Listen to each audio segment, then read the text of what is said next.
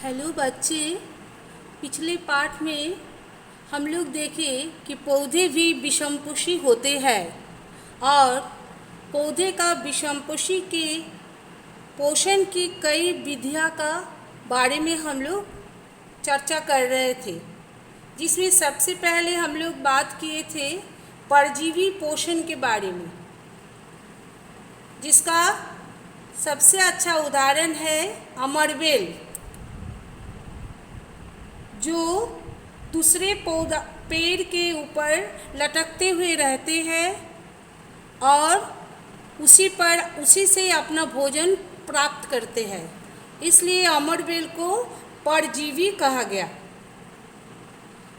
और एक पोषण विधि के बारे में हम लोग पढ़े थे, जिसका नाम है मृदजीवी पोषण। वो भी विषमपोषी का ही एक पोषण की विधि है, मृदजीवी पोषण, जिसमें फफूंद, मशरूम यही सब उदाहरण आया था, जो क्या न दूसरे मरा हुआ या सड़े गले पेड़ पौधे से अपना भोजन प्राप्त करते हैं। वो सबको कहा गया मृदजीवी पोषण। अभी हम लोग दूसरे और एक विषमपोषी के पोषण की विधि के बारे में चर्चा करेंगे, जिसका नाम हो गया कीटभक्षी। नाम थोड़ा सा याद रखोगे, नाम है कीटभक्षी। देखो अच्छा से नाम से ही पता चल रहा है कि ऐसे पौधे जो कीट को अपने भोजन के रूप में ग्रहण करते हैं, वैसे पौधे को कहते हैं कीटभक्षी। मतलब ये लोग कीट से ही अपना भोजन ग्रहण करते हैं। जैसे इसका सबसे अच्छा उदाहरण है घाटपर्णी। घाटपर्णी इस तरह का एक पौधा है जिसका पत्ती जो है घाट या कलश जैसे आकार में बदल जाते हैं। ये मान लो पत्ती है, पत्ती इस तरह करके घट जैसा हो जाता है और ऊपर में पत्ती का अग्रभाग जो है ऊपर में ढक्कन जैसा हो जाते हैं। ये जो पेड़ है इसको कहते हैं घटपर्णी या कलश पौधा। कलश पौधा या घटपर्णी कीट को अपने भोजन के रूप में ग्रहण करते हैं और उसी से ही नाइट्रोजन प्राप्त करते हैं। याद रखोगे, प्रोटीन बनाने के लिए नाइट्रोजन बहुत ज़रूरी है। ये नाइट्रोजन कीट से प्राप्त करते हैं। इसका उदाहरण में आया घटपर्णी, याद रखोगे, जो कि इस तरह होता है। या और एक होता है, उसको भी याद करोगे, ड्रोसेरा। ये सबको हम लोग कीटभक्षी पौधा कहेंगे।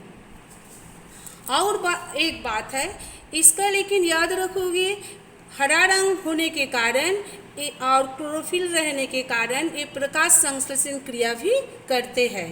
दोनों तरह से भोजन प्राप्त करते हैं ये कीटभक्षी। और एक तरह का पोषण विधि है, उसका नाम है सहजीवी पोषण। सहजीवी पोषण, इसको भी अच्छा से सुनो। सहजीवी मतलब यहाँ दो जीव आपस में एक संबंध बनाते हुए एक दूसरे को मदद करते हुए पोषण करते हैं। जैसे सबसे अच्छा उदाहरण है लाइकेन।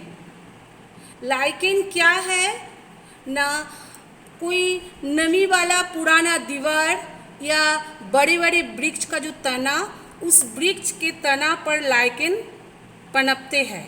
ये लाइकेन असल में क्या है ना, शैवाल हम लोग पहले पढ़ चुके हैं, शैवाल के बारे में, जो कि हरा होता है।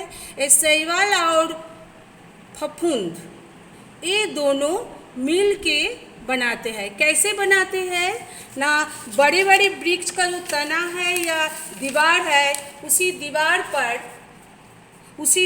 पर भूरा रंग का कवक, ये मान लो कवक है, भूरा रंग का कवक रहती है और वही कवक के ऊपर हरा रंग का शैवाल रहता है।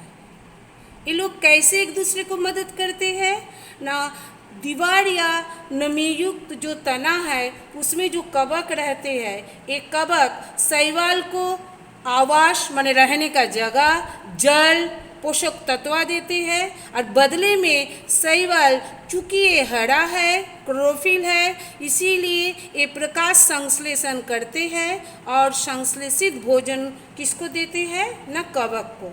मतलब कवक शैवाल को दिया तुम्हारा आवास, जल, पोषक तत्व